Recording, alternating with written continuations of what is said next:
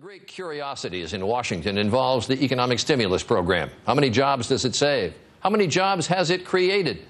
There's a government website that is supposed to track those questions region by region across the country. Our chief congressional correspondent, Jonathan Karl, has been checking it and has found it puzzling. John? Charlie, nobody is suggesting any wrongdoing here, but the $18 million website created by the White House to track the stimulus lists millions of dollars spent and jobs created in places that don't exist. The Recovery.gov website has a wealth of information about stimulus spending. We got a new modern website. It's going to blow you away in terms of how detailed it is. I really mean that. You can track the money and the jobs created by state, by zip code, and by congressional district.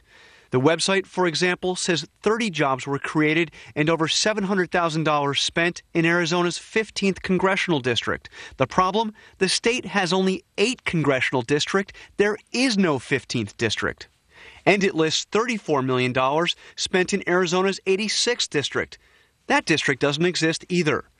In fact, in virtually every state, the website lists millions of dollars spent and jobs created in fictional congressional districts.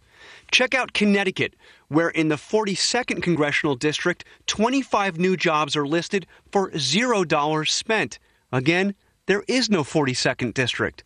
The website also lists stimulus spending in U.S. territories, including the Virgin Islands, Puerto Rico, and the Northern Mariana Islands, where 142 jobs were supposedly created in the non-existent 99th district and another 0.3 jobs in the 69th. The administration chalks it all up to human error and says the mistakes were most likely made by grant recipients who filled out their forms incorrectly and might not even have known what congressional districts they live in. But the overall numbers on job creation, the White House insists, are still accurate. Charlie?